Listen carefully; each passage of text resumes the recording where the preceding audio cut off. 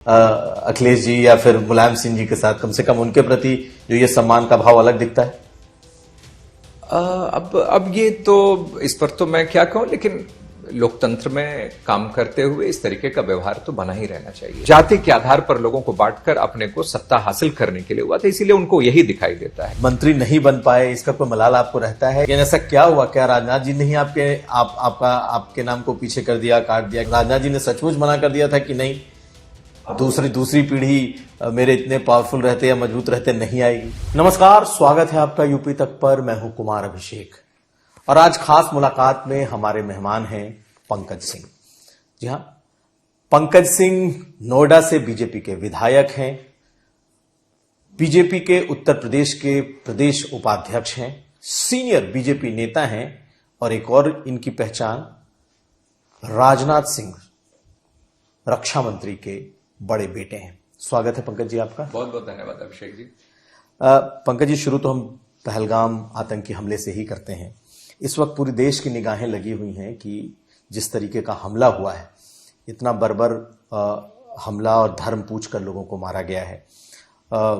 देश ने बड़े फैसले लिए हैं, प्रधानमंत्री मोदी जी ने। सीसीएस के बाद सिंधु जल का रोका गया है, लेकिन कहा यह जा रहा है कि और भी बड़े फैसले होंगे और राजनाथ सिंह ने इस ओर इशारा भी किया है। आपसे मेरा सवाल यह है कि चूंकि आप राजनाथ सिंह जी के बेटे भी हैं, आप उनके मिजाज को समझते हैं, देश इस वक्त कुछ न कुछ इंतजार कर रहा है कि कोई बड़े बड़े फैसले कुछ लेंगे। आपको क्या लगता है कि क्या बड़े फैसले होंगे अब पाकिस्तान पर, और होंगे तो कैसे होंगे? देखिए, बहुत ही सेंसिटिव इशू है और इसको लेकर प्रधानमंत्री जी ने कल सीसीएस की बैठक की है। गृह मंत्री जी, रक्षा मंत्री जी और सभी वरिष्ठ अधिकारियों के साथ उन्होंने बैठक की है और उसके बाद जो कुछ निर्णय आए हैं, कुछ पाबंदियां लगी हैं, चाहे वह अपने सिंधु जल संधि को लेकर और अनेक जो उन्होंने निर्णय लिए हैं, ये देश के लोगों की अपेक्षा थी और उस अनुरूप ही हमारे प्रधानमंत्री जी ने वो तुरंत वह निर्णय लिया है। लेकिन देश जानता है कि ऐसे मुद्दों पर हमारे प्रधानमंत्री जी हमेशा बहुत कठोर भी रहते हैं, बहुत ही सेंसिटिव भी रहते हैं और लोगों को और बड़े निर्णय की उम्मीद है। और मुझे भी पूरा विश्वास है, भारत के नागरिक के नाते और जितना मैं अपने प्रधानमंत्री जी को जानता हूं, उनके निर्णयों को समझता हूं, मैं विश्वास के साथ कह सकता हूं कि कठोर कार्रवाई होगी और पाकिस्तान जैसे कमजोर देश, आतंकवादी देश, यह समाप्त हो जाएंगे। लेकिन आप अपने पिताजी को भी जानते हैं जी, और आपके पिताजी लगातार डिसीजन मेकिंग में राजनाथ सिंह जी रहे हैं। जी, बोलते कम हैं, करते ज्यादा हैं, ऐसे उनके बारे में कहा जाता है। तो इस वक्त देश उनको भी सुन रहा है। आप उनके मिजाज के हिसाब से आपको क्या लगता है कि क्या हम लोग किसी सर्जिकल स्ट्राइक की तरफ बढ़ सकते हैं? क्या इस तरीके की कुछ बात आप लोग, क्योंकि आप देखिए, क्योंकि ये बहुत ही सेंसिटिव इशू है और देश की रक्षा सुरक्षा से जुड़ा हुआ यह मुद्दा है, तो इस पर तो यही वरिष्ठ लोग जो हमारे सरकार में शामिल हैं, ये लोग अपना निर्णय लेंगे। तो इस पर तो मैं कुछ नहीं बोलना चाहता, लेकिन इतना जरूर लगता है, या एक नागरिक के नाते जैसे करोड़ों करोड़ लोगों की जो अपेक्षा है, मेरी भी, हम लोगों की भी अपेक्षा यही है कि इस पर कठोर कार्रवाई होनी चाहिए और जो लगता है कि होगी भी। अभी धर्म पूछ करके मारा गया और इसको लेकर लोगों में बहुत गुस्सा है। बहुत तरह के रिएक्शन आपने देखे होंगे कि आए हैं। कुछ लोग कह रहे हैं इंटेलिजेंस फेलियर है, कहीं कहा जा रहा है कि वहां पर सेनाओं की तैनाती नहीं है। रॉबर्ट वाड्रा का भी आपने सुना होगा। क्या रिएक्शन है आपका, क्योंकि इस मुद्दे पर कम से कम देश तो एक होता है। अब बिल्कुल देखिए, ये आज यही कारण है कि भारतीय जनता पार्टी या सरकार की तरफ से आज सर्वदलीय बैठक बुलाई गई है। कल सीसीएस पर जो निर्णय हुआ उसके बाद तुरंत सर्वदलीय बैठक बुलाई गई है। ऐसे समय में उम्मीद यह की जाती है कि ये सभी दल एक साथ एक प्लेटफॉर्म पर आएंगे, लोगों की अपेक्षाओं के अनुरूप सरकार को निर्णय लेने में अपनी सहयोग करेंगे और इसी उम्मीद के साथ पार्टी या सरकार ने एक सर्वदलीय बैठक बुलाई है। लेकिन उससे पहले कांग्रेस का नेतृत्व करने वाले परिवार के एक महत्वपूर्ण सदस्य के द्वारा इस तरीके का छोटा बयान रॉबर्ट वाड्रा के द्वारा, वो बिल्कुल भी ये लोग उसको बिल्कुल भी पसंद नहीं किया उन लोगों ने। लेकिन ये इन सबका ये इतिहास रहा है कि जब जब भी देश के ऊपर कोई इस तरीके की घटना होती है तो वह देश को बांटने में लग जाते हैं, धर्म के आधार पर बांटने में लग जाते हैं। आतंकवादियों के मारे जाने पर रोना रोते हैं, आतंकवादियों के नाम के आगे यह जी लगाकर उनका संबोधन करते हैं, क्योंकि इनको सिर्फ एक वर्ग का वोट हासिल करना है। देश के हित से, देश के लोगों के सेंटिमेंट से कांग्रेस का ऐसा लगता है कि कोई नाता ही नहीं रह गया है, और इस तरीके से का बयान इसी ओर इशारा करता है।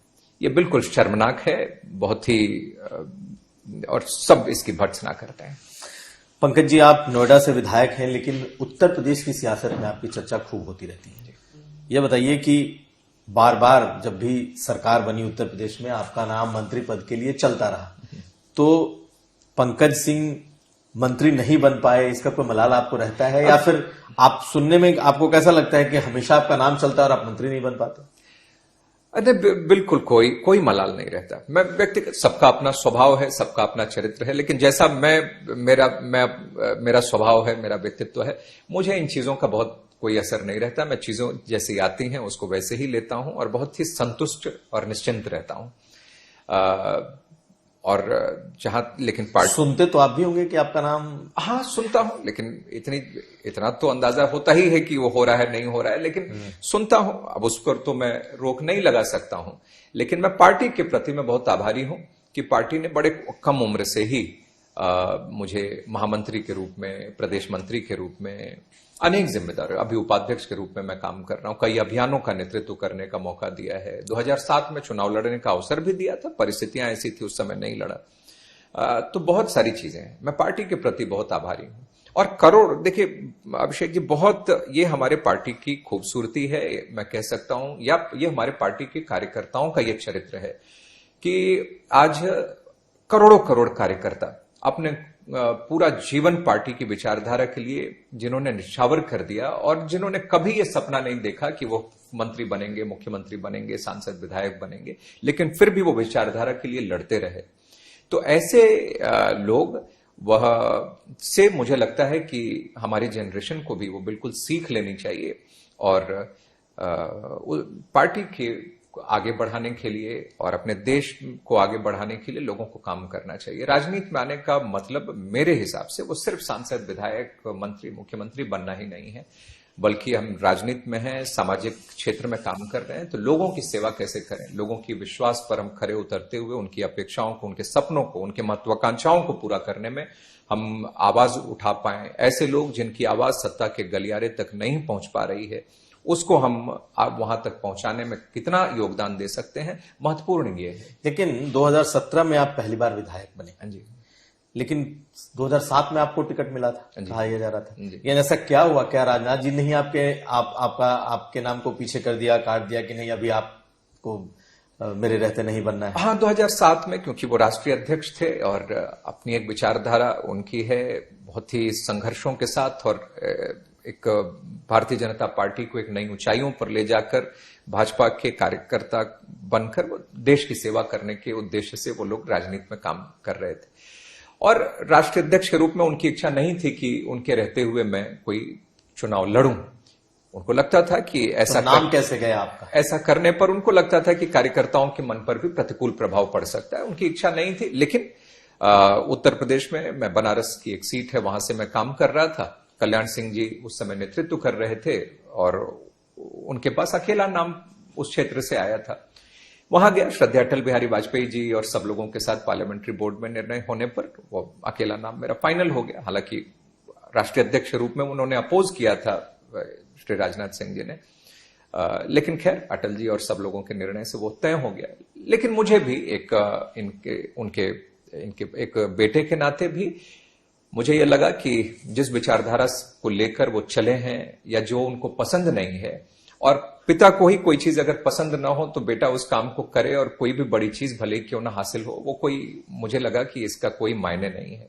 उनको नाखुश करके मैं कोई विधायक, सांसद बन भी जाऊं तो ये कोई बहुत बड़ी उपलब्धि नहीं है। मैंने इसलिए छोड़ दिया, और एक कार्यकर्ता के रूप में भी मुझे ये लगा कि ये बात सही है कि अगर ऐसे में मैं चुनाव लड़ूंगा तो उसमें मैंने क्या क्षेत्र में काम किया, इससे ज्यादा लोगों कार्यकर्ताओं के मन पर इस बात का प्रतिकूल प्रभाव पड़ेगा कि राष्ट्रीय अध्यक्ष पिता के रहते हुए मैं चुनाव लड़ा। लेकिन 2014 में तो वो राष्ट्रीय अध्यक्ष नहीं थे जब उपचुनाव के दौरान आपका नाम गया था। जी। तो फिर वहां पर क्यों मना किया? क्या राजनाथ जी ने सचमुच मना कर दिया था कि नहीं, अब दूसरी पीढ़ी मेरे इतने पावरफुल रहते या मजबूत रहते नहीं आएगी? उनकी इच्छा ये थी कि 2014 में भी आपका नाम गया था। हाँ, 2012 था, नितिन जी उस समय राष्ट्रीय अध्यक्ष थे, 2014 उपचुनाव था। तो ये लेकिन उनको लगता था कि अभी थोड़े समय तक और कार्यकर्ता के रूप में काम करना चाहिए, अपना विश्वास लोगों के, कार्यकर्ताओं के मन में और बनाना चाहिए, काम करना चाहिए, अपने को तपाना चाहिए। तो उसके बाद फिर स्वाभाविक रूप से चीजें, फिर निर्णय होता गया। 14 में भी आपको मना किया गया? हाँ, 14 का वो था। फिर 17 में आदरणीय अमित शाह जी और सभी लोगों, जो पार्टी का नेतृत्व था, उन्होंने, तब राजनाथ सिंह मान गए 17 में? मेरे बारे में कोई निर्णय उनके सामने मुझे लगता है कि कोई निर्णय करना है वो जाता ही नहीं है। मेरे बारे में जो निर्णय होता है वो और सभी लोग। अच्छा, एक चीज और था जो सुनने में आता है कि 2017 में और 2022 दोनों वक्त जब मंत्रिमंडल का गठन हो रहा था तब आपका नाम चला। अब देखिए, मैं तो बहुत छोटा कार्यकर्ता हूं, लेकिन अब किन प्रोबेबल्स में किन लोगों का नाम था, अब ये निर्णय तो केंद्रीय नेतृत्व का, पार्लियामेंट्री बोर्ड का, उनका होता है, तो इस पर मैं कोई टिप्पणी नहीं कर पाऊंगा। लेकिन इतना जानता हूं कि पार्टी ने लंबे समय से संगठन के महत्वपूर्ण पदों पर काम करने का मौका दिया है। पार्टी के नेतृत्व का हमेशा बहुत आशीर्वाद और स्नेह रहा है, और इसी कारण मैं इतना काम कर पाया। आपको लगता है ना कि पार्टी जो एक परिवारवाद पर स्टैंड लेती है, खास करके कांग्रेस को घेरती है, दूसरे दलों, क्षेत्रीय दलों को घेरती है कि भाई बाकी पार्टियों में परिवारवाद है, तो जब आपकी चर्चा होती है तो विपक्ष आपको घेरता है, राजनाथ सिंह के नाम का जिक्र करता है। कहीं ऐसा तो नहीं कि ये एक ऐसी वजह है जो कहीं टैबू बन जाता है कि नहीं, राजनाथ सिंह जी के भी बेटे हैं और इस वजह से राजनाथ सिंह जी इसको अलग रखते हैं कि नहीं भाई, जब तक मैं रोक सकता हूं मैंने रोक दिया, मंत्रिमंडल में भी नहीं जाएगा क्योंकि फिर बीजेपी को सफाई देनी। नहीं, मैंने कहा कि अब लंबे समय तक जो उनकी एक इच्छा थी, मैं कार्यकर्ता के रूप में काम करता रहा, और आज अब मुझे 20-22 साल हो गए पार्टी में काम करते हुए। मैं कोई, और ये परिवारवाद, मैं कोई ऐसा पार्टी के किसी ऐसे जगह पर नहीं हूं जहां पर बैठकर मैं पार्टी के निर्णयों को मैं प्रभावित कर रहा हूं। मैं तो कार्यकर्ता हूं, मेरे बारे में नेतृत्व निर्णय करता है, जैसे सभी कार्यकर्ताओं के बारे में निर्णय लेता है। लंबे समय से मैं काम कर रहा हूं, और हाँ, ये जरूर है कि अब कांग्रेस और समाजवादी पार्टी, अब जैसा उन्होंने कहा, अब आपने जैसे लोकसभा में आपने देखा ही होगा, गृह मंत्री जी ने कहा कि भाई ये तय है कि समाजवादी पार्टी में अब यही अध्यक्ष रहेंगे और अगले 25 साल तक वो अध्यक्ष बने रहेंगे। हमारे पार्टी में ये नहीं है। अभी 10 दिन, 20 दिन, 25 दिन में हमारे प्रदेश का या देश का कौन राष्ट्रीय अध्यक्ष होगा, ये भी हमारे कार्यकर्ताओं को अभी पता नहीं है। बनने वाले को पता नहीं होगा कि वो कौन बनेगा। कोई भी बन सकता है, आपको भी नहीं मालूम, किसी को भी पता नहीं होता है। पार्टी का नेतृत्व निर्णय लेगा और वो हो जाएगा। ये हमारे पार्टी की खूबसूरती है। लेकिन इतना तय है कि ये किसी राष्ट्रीय अध्यक्ष का बेटा ही राष्ट्रीय अध्यक्ष होगा, ये तो कदापि कभी नहीं होगा। इतना तय है, इतना मैं जानता हूं। लेकिन चाहे अखिलेश जी जितना भी परिवारवाद को लेकर के बीजेपी पर अटैक कर लें जी, लेकिन एक चीज देखा जाता है कि वो बड़े राजनाथ सिंह जी को लेकर के वो बाकियों से उनका स्टैंड अलग होता है कि भाई बाकी सब तो के खिलाफ तो मैं बात करूंगा, लेकिन मैं राजनाथ सिंह के खिलाफ नहीं बोलूंगा। ये अखिलेश यादव कई बार बोल चुके हैं। एक बार तो उन्होंने कहा कि जितने इन लोगों ने अपने नेम प्लेट लगाए हैं मैं सबको हटाऊंगा, लेकिन राजनाथ सिंह का जहां है लगा रहेगा। तो क्या कौन सी केमिस्ट्री है राजनाथ जी की अखिलेश जी या फिर मुलायम सिंह जी के साथ? कम से कम उनके प्रति जो ये सम्मान का भाव अलग दिखता है। अब ये तो इस पर तो मैं क्या कहूं, लेकिन लोकतंत्र में काम करते हुए इस तरीके का व्यवहार तो बना ही रहना चाहिए। राजनीति एक अलग है, जो विषयों पर, मुद्दों पर जो चर्चा होती है, डिबेट हो, विरोध प्रदर्शन, समर्थन, जो भी हो वो होना चाहिए। लेकिन आपस में जब एक सम्मान का भाव, एक कम से कम बातचीत होती रहे, ये तो बनी रहनी चाहिए, और लोग भी इसको पसंद करते हैं। मतलब ये स्टाइल ऑफ पॉलिटिक्स यही होना चाहिए जो यही किसी भी सभ्य समाज में इस तरीके सिर्फ पॉलिटिक्स में ही नहीं, कहीं पर भी किसी भी प्रोफेशन में, किसी भी परिवार में एक सभ्यता रहे, एक मर्यादाओं के साथ सारी चीजें आगे बढ़ते रहें। ये हमारे देश की सभ्यता यही रही है, ये हमारे देश का परंपरा, हमारे देश की संस्कृति यही है, ये बनी रहनी चाहिए।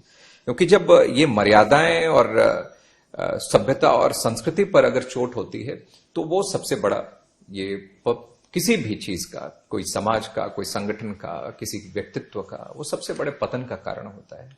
एक और सवाल मैं इसे जोड़ देता हूं, क्योंकि अभी हाल में आपने देखा होगा अखिलेश जी के प्रति एक शब्द का इस्तेमाल किया था रेखा गुप्ता जी, जिसको लेकर के अखिलेश जी ने बहुत तीखी प्रतिक्रिया भी व्यक्त की थी। और जो ट्रोलर्स हैं, जो बीजेपी के समर्थक हैं, वो सोशल मीडिया पर उनको इस शब्द का इस्तेमाल करके उन्हें छेड़ते रहने की एक टोटी चोट जैसा शब्द, लेकिन रेखा गुप्ता ने बकायदा माफी भी मांगी। तो आपको लगता है कि जो संवैधानिक मर्यादाएं हैं, जो पॉलिटिकल मर्यादा है, वो होना चाहिए? अब बिल्कुल होना चाहिए, बिल्कुल होना चाहिए। और इस तरह के शब्दों का इस्तेमाल नहीं होना बिल्कुल बिल्कुल व्यवहार की मर्यादा, शब्दों की मर्यादा, ये हमेशा किसी भी परिस्थिति में, किसी भी काल में बनी रहनी चाहिए। इन दिनों उत्तर प्रदेश में खास करके देखा जा रहा है कि समाजवादी पार्टी ने एक नारा दिया है पीडीए का। बहुत अग्रेसिव तरीके से अखिलेश यादव उस पीडीए की तरफ बढ़ रहे हैं। जी।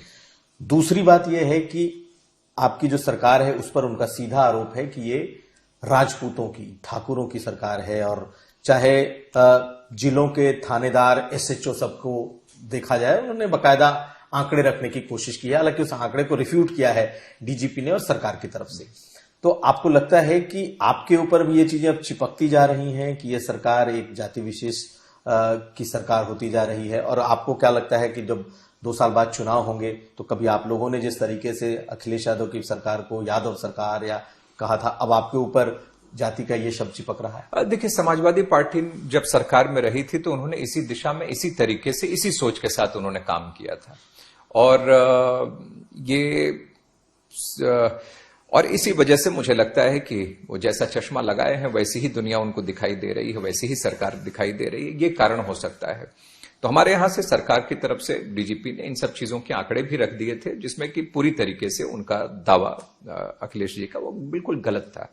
हमारी सरकार उत्तर प्रदेश को आगे ले जाने के लिए काम कर रही है। इस पर कठोर कार्रवाई अगर करनी है, कोई अपराधी है तो उसकी जाति पूछ कर नहीं, उसका धर्म पूछ कर नहीं, उसके ऊपर सीधी कार्रवाई होगी। और आधार निर्णयों का ये कोई जाति और धर्म नहीं, बल्कि जो सही और गलत ही रहता है। सही है तो वह ठीक है, जो गलत है वो नस्तनाबूत होगा, वो समाप्त होगा, जड़ से मिट जाएगा। बस इस सोच के साथ हमारी सरकार काम करती है और वैसे ही योगी जी कर रहे हैं। लेकिन देखिए, करनी सेना का अगर आप देखें तो रामजी लाल सुमन के घर पर एक तरीके से धावा बोल देना, राणा सांगा के मुद्दे पर जिस तरीके की भीड़ जुटी और तलवारें लहराई गई, ये कहीं लगता नहीं है कि आपका अपना जो एक कोर वोट बैंक ओबीसी आपके साथ खड़ा था, वो ऐसे प्रदर्शनों से, ऐसे हरकतों से आपको सियासी नुकसान हो रहा है? अब देखिए, अब वहां क्या था मुझे उसकी जानकारी तो नहीं है, लेकिन इतना जरूर है कि जब किसी महापुरुष के ऊपर कोई एक जो नेतृत्व या समाज को, जनरेशंस को जो बहुत ही अपील करता हो, जो प्रभावित करता हो, ऐसे व्यक्तित्व के ऊपर अगर कोई बहुत ही ओछा, छोटा, खराब अगर बयान या टिप्पणी करता है तो कई बार लोग उस पर प्रतिक्रिया करते हैं। और उसमें हो सकता है कि कुछ लोगों ने वो किया हो, उसकी जानकारी मुझे नहीं है। लेकिन इसका असर होगा? आपको लगता है कि बीजेपी को इसका नुकसान होगा इस तरीके से अगर चीजें होंगी तो? नहीं, बीजेपी को देखिए, चुनाव में ये बहुत बार, एक बार नहीं कई बार, क्योंकि समाजवादी पार्टी हो या कांग्रेस हो, ये इसी आधार पर उन्होंने हमेशा से पॉलिटिक्स की है। और उसी के बीच से 2014 हो, 17 हो, 19 हो, 22 हो जीतते हुए हम सब लोग यहां पर आए हैं।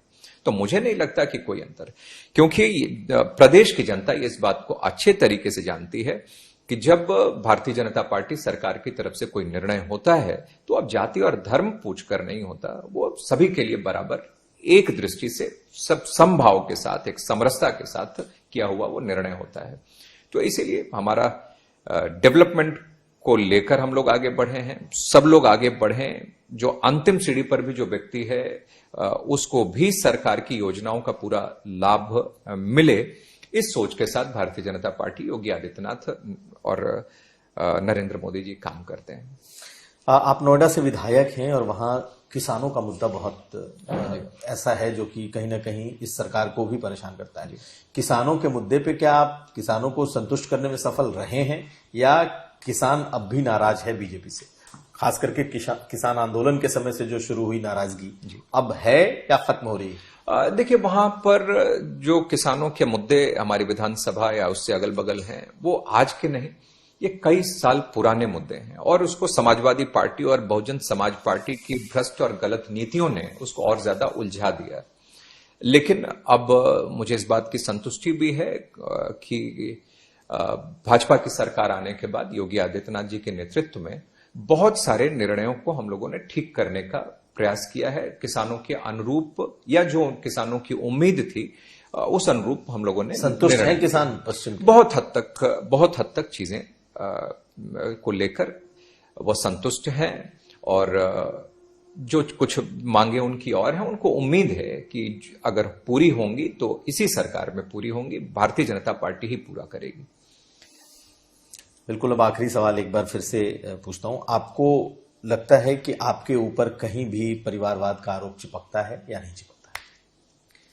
अब देखिए, अब इस पर ये तो लोग इसका निर्णय ये करेंगे, लेकिन भारतीय जनता पार्टी के कार्यकर्ता या जितने लोग से मैं जुड़ा हुआ हूं या लोग देखते हैं, वो जानते हैं कि मैं पिछले 20-25 साल से मैं पार्टी के एक कार्यकर्ता के रूप में मैं काम करता हूं और जिस स्थान पर हूं मैं उसी स्थान के अनुरूप ही मैं काम करता हूं। तो बाकी ये निर्णय करना किसी भी राजनीति में या सामाजिक क्षेत्र में काम करते हुए हम ईमानदारी से अपना काम कर सकते हैं। अपनी तरफ से मैं समाज के लोगों की आवाज उठाने में, सत्ता के गलियारे तक पहुंचाने में अपना योगदान दे सकता हूं, लेकिन मेरे बारे में क्या निर्णय है ये तो जनता तय करे। योगी जी की सरकार कैसी? अब बहुत अच्छी है। लंबे समय के बाद उत्तर प्रदेश में एक मजबूत, एक दमदार नेतृत्व में, एक सशक्त और नेतृत्व में एक सक्षम और सुदृढ़ उत्तर प्रदेश बनाने के लिए जो काम हो रहा है उसको लेके लोग संतुष्ट हैं, मैं संतुष्ट हूं। इन पर एक बिरादरी की सरकार चलाने का जो आरोप सपा लगाती है, खासकर ठाकुर की बात, आपको लगता है ये चिपकता है या बिल्कुल नहीं? क्योंकि योगी जी ने हमेशा कहा है कि मैं एक योगी हूं, बिल्कुल, जबकि अखिलेश जी हमेशा उनको कहते हैं या उनकी पार्टी कहती है कि ये। अब मैंने कहा कि क्योंकि समाजवादी पार्टी के नेताओं ने हमेशा से, उनका उदय ही इसी बात से हुआ है, उस दल का ही उदय सिर्फ इसी बात से हुआ है। भारतीय जनता पार्टी का उदय या जनसंघ का उदय, जहां पर अपने देश को आगे ले जाने के लिए, अपने देश के जो मूल मुद्दे हैं उसको ले जाने के लिए, सुरक्षित और संगठित अपने देश को रखने के लिए जहां हुआ था। समाजवादी पार्टी का उदय जाति के आधार पर लोगों को बांटकर अपने को सत्ता हासिल करने के लिए हुआ था, इसीलिए उनको यही दिखाई देता है। योगी आदित्यनाथ जी और को एक प्रधानमंत्री जी ने जैसा कहा कि यूपी और योगी दोनों उपयोगी, तो एक उपयोगी एक उत्तर प्रदेश के लिए वो सिद्ध हुए हैं और एक योगी के रूप में उन्होंने 24 का हाल कहीं 27 में तो नहीं होगा, जो जिस तरीके से 2024 पार्लियामेंट में उत्तर प्रदेश का हाल? पार्लियामेंट के बाद आपने देखा बहुत सारे उपचुनाव हुए, तो वो तो तभी रिवर्स कर दिया योगी आदित्यनाथ जी ने और मोदी जी के नेतृत्व में। 27 इस बार मुझे लगता है कि समाजवादी पार्टी ये धीरे धीरे इतिहास के पन्ने में शामिल हो जाएगी, इतिहास की किताबों में लोग पढ़ा करेंगे। बहुत शुक्रिया पंकज जी बात करने के लिए यूपी तक से। तो बहुत धन्यवाद। हमारे साथ पंकज सिंह थे और इन्होंने तमाम मुद्दों पर अपनी राय रखी, चाहे वो परिवारवाद से जुड़ने वाले आरोप हों या फिर उनकी अपनी महत्वाकांक्षाएं। तो यूपी तक में आज इतना ही। आपसे फिर मुलाकात होगी, हमें दीजिए इजाजत। देखते रहिए यूपी तक।